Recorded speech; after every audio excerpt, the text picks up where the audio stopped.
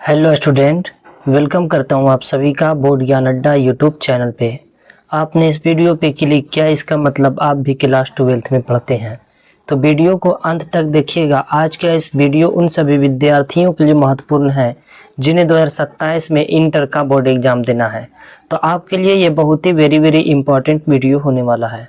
आज का इस वीडियो में class 12th history chapter number 3 से रिलेटेड VVI सब्जेक्टिव प्रश्न को देखने वाले हैं, जो कि आपको 2027 के एग्जाम में देखने के लिए मिलेंगे। तो वीडियो में अंत तक बने रहिएगा। अगर आप भी सीरियस हैं 2027 के एग्जाम के लिए, तो ये वीडियो वेरी महत्वपूर्ण होने वाला है। ये सभी जितने भी प्रश्न को लेकर के आए हैं, ये वेरी इंपॉर्टेंट है 2027 के एग्जाम के लिए। इसलिए वीडियो को अंत तक देखिएगा और ये सभी प्रश्न को याद कर लीजिएगा। तो वीडियो अगर अच्छा लगे तो इसे लाइक कर दीजिएगा और एक छोटा सा कमेंट जरूर करिएगा। चैनल पे नए हैं तो इसे सब्सक्राइब कर लें। तो चलिए बिना समय को बर्बाद किए शुरू करते हैं आज के इस सेशन को। देखते हैं पहला प्रश्न क्या है। आज का पहला प्रश्न है, श्रीमद् भागवत गीता पर एक संक्षिप्त टिप्पणी लिखें। तो लिखेंगे, महर्षि वेदव्यास ने श्रीमद् भागवत गीता की रचना की। इसमें कुरुक्षेत्र के मैदान में श्री कृष्ण द्वारा अर्जुन के कर्म करने की प्रेरणा दी गई है और इसमें कहा गया है कि धर्म के रास्ते पर चलते हुए मनुष्य को अपना कर्म करना चाहिए और कर्म फल की चिंता न करें, क्योंकि ईश्वर आपको धर्मों यानी कि कर्मों का फल जरूर ही देगा।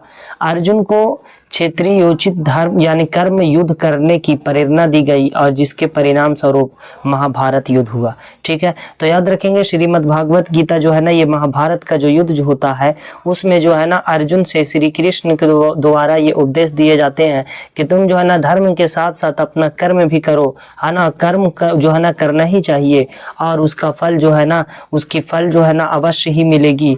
ईश्वर आपको कर्मों का फल जरूर देगा। तो ये श्रीमद् भागवत गीता के बारे में आंसर है। ठीक है, तो इसे आप लोग स्क्रीनशॉट ले लें या तो फिर इसे अपनी कॉपी में नोट कर लें और याद कर लीजिएगा, जो कि इम्पोर्टेंट है। बढ़ते हैं अगले प्रश्न की ओर। प्रश्न नंबर 2।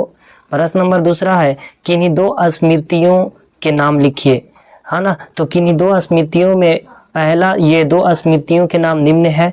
पहला है मनु स्मृति और दूसरा है याज्ञवल्क्य स्मृति। ठीक है, तो ये दो मनु यानी कि क्या, ये दो स्मृतियां हैं, ये दोनों इंपॉर्टेंट है, याद कर लीजिएगा। तीसरा प्रश्न है, महाभारत में वर्णित किन्हीं 4 विवाहों के प्रकार को लिखना है ना। महाभारत में कुल अब बतला दें कि महाभारत में 8 प्रकार के विवाह के बारे में उल्लेख मिलता है, तो 4 प्रकार की इसमें पूछा गया है। तो लिखेंगे, महाभारत काल के 4 विवाह के नाम निम्न प्रकार से है। पहला ब्रह्म विवाह, दूसरा दैव विवाह, तीसरा आस्तेय विवाह और चौथा हो जाएगा प्रजापति विवाह। तो ये चारों का चारों जो है ना इंपॉर्टेंट है, जो कि बार एग्जाम में देखने के लिए मिलते हैं, तो आपके लिए वेरी इंपॉर्टेंट है। ठीक है दोस्तों, है ना। बढ़ते हैं अगले प्रश्न की ओर। अगला प्रश्न है कि वर्ण और जाति में कोई 2 अंतर बताइए।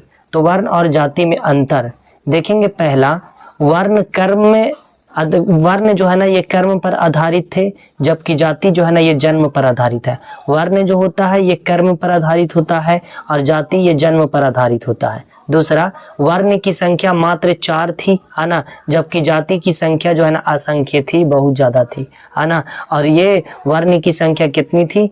4 थी। ठीक है, आगे देखेंगे। अगला प्रश्न है प्रश्न नंबर 5, पितृवंशिकता और मातृवंशिकता में क्या अंतर है। तो देखेंगे, पितृवंशिकता का अर्थ उस वंश परंपरा से है जो पिता के बाद पुत्र, फिर पौत्र और परपौत्र तक जो है ना चलती है। इसमें संपत्ति और सत्ता का अधिकार पुरुष को मिलता है और इसके विपरीत मातृवंशिकता में वंश परंपरा माँ के नाम से चलती है। ठीक है, तो ये होता है पितृवंशिकता और मातृवंशिकता। मतलब ये कि पितृवंशिकता का अर्थ होता है वंश पर वंश चलना, जैसे पहले पुत्र, पुत्र के बाद फिर उसका पुत्र यानी कि पौत्र यानी पोता। ठीक है, पर पौत्र तक चलता है और इसमें संपत्ति और सत्ता का अधिकार पुरुष को मिल जाता है। और इसके विपरीत अगर देखा जाए आना मातृवंशिकता में, तो मातृवंशिकता में वंश परंपरा माँ के नाम से चलता हुआ रहता है। तो ये ठीक आंसर हो जाएगा प्रश्न नंबर 5 का। देखते हैं प्रश्न 6, गोत्र से आप क्या समझते हैं, इसके 2 मुख्य नियम क्या थे। तो लिखेंगे, प्राचीन काल में प्रत्येक गोत्र एक वैदिक ऋषि के नाम पर होता था, है ना, एक वैदिक ऋषि के नाम पर होता था। इसके 2 मुख्य नियम थे। पहला, विवाह के पश्चात स्त्रियों को अपने पिता के स्थान पर पति का गोत्र अपनाना पड़ता था। दूसरा ये कि एक ही गोत्र के सदस्य आपस में विवाह नहीं कर सकते थे। ठीक है, एक ही गोत्र के लोग जो है ना आपस में विवाह नहीं कर सकते थे। तो ये 6 नंबर प्रश्न का ठीक आंसर हो जाएगा दोस्तों, याद कर लीजिएगा। ठीक है, बढ़ते हैं अगले प्रश्न की ओर। प्रश्न नंबर 7। प्रश्न नंबर 7 है बहिर्विवाह पद्धति क्या है? तो लिखेंगे अपने गोत्र से बाहर विवाह करने की परंपरा को बहिर्विवाह पद्धति कहा जाता है। मतलब ये है कि एक पिता है और पिता का जो है ना एक पुत्र है ना, और एक पुत्री है। ठीक है, तो यही पुत्र और पुत्री आपस में विवाह नहीं कर सकते हैं, है ना, तो यही क्या कहा है आप, बहिर्विवाह मतलब बाहर विवाह कर सकते हैं। दूसरे पिता के पुत्र से जो है ना विवाह जो है ना उस पुत्री को कराया जा सकता है, या दूसरे पिता की पुत्री से जो है ना उस पुत्र का विवाह कराया जा सकता है। ठीक है, तो ये पद्धति को जो है ना क्या कहा जाता है, तो इसी को बहिर्विवाह कहा जाता है। धर्मशास्त्रों के अनुसार इसे ही जो है ना उत्तम माना जाता है। इसे ही उत्तम माना जाता था क्योंकि एक ही गोत्र के लोग भाई बहन माने जाते थे और भाई बहन में आपस में विवाह नहीं हो सकता था, इसी को जो है ना बहिर्विवाह कहा जाता है। ठीक है, मनुस्मृति के अनुसार चंडाल के क्या कर्तव्य थे? तो लिखेंगे मनुस्मृति के अनुसार चंडालों के गांव से बाहर रहना पड़ता था। वे फेंके हुए बर्तन का इस्तेमाल करते थे, मरे हुए लोगों का वस्त्र और लोहे का आभूषण पहनते थे। उनका मुख्य कार्य जो है ना लवारिस लाशों का यानी कि क्या अंत्येष्टि करना था और वध करना था। तो चंडाल का मुख्य कार्य की अगर बात कर ले तो उनका मुख्य कार्य था लवारिस लाश का जो है ना ठिकाना लगाना, है ना, वध करना होता था।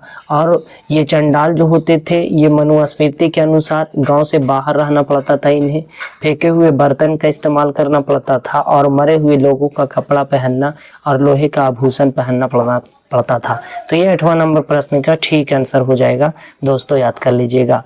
अगला प्रश्न है प्रश्न नंबर 9 और अंतिम प्रश्न है ये, एकलव्य की कथा से क्या शिक्षा मिलती है? तो एकलव्य की कथा से उस समय की कठोर सामाजिक और द्रोणाचार्य जैसे गुरुओं की वे पक्षता यानी कि क्या पक्षपात पूर्ण व्यवस्था को दर्शाती है और यह दिखाती है कि कैसे निचली जाति के प्रति प्रतिभाशाली लोगों को आगे बढ़ने से रोका जाता था ताकि उच्च वर्ग जैसे अर्जुन का जो है ना वर्चस्व बना रहे। ठीक है, तो ये 9वां नंबर प्रश्न एकलव्य की कथा के बारे में पूछा गया था। एकलव्य का कथा उस समय की कठोर सामाजिक और द्रोणाचार्य जैसे गुरुओं के पक्षपात पूर्ण व्यवस्था को दर्शाता है और यह दिखाता है कि कैसे निचली जाति के प्रभावशाली लोगों को आगे बढ़ने से रोकता था ताकि उच्च वर्ग जैसे अर्जुन का वर्चस्व बना हुआ रहे।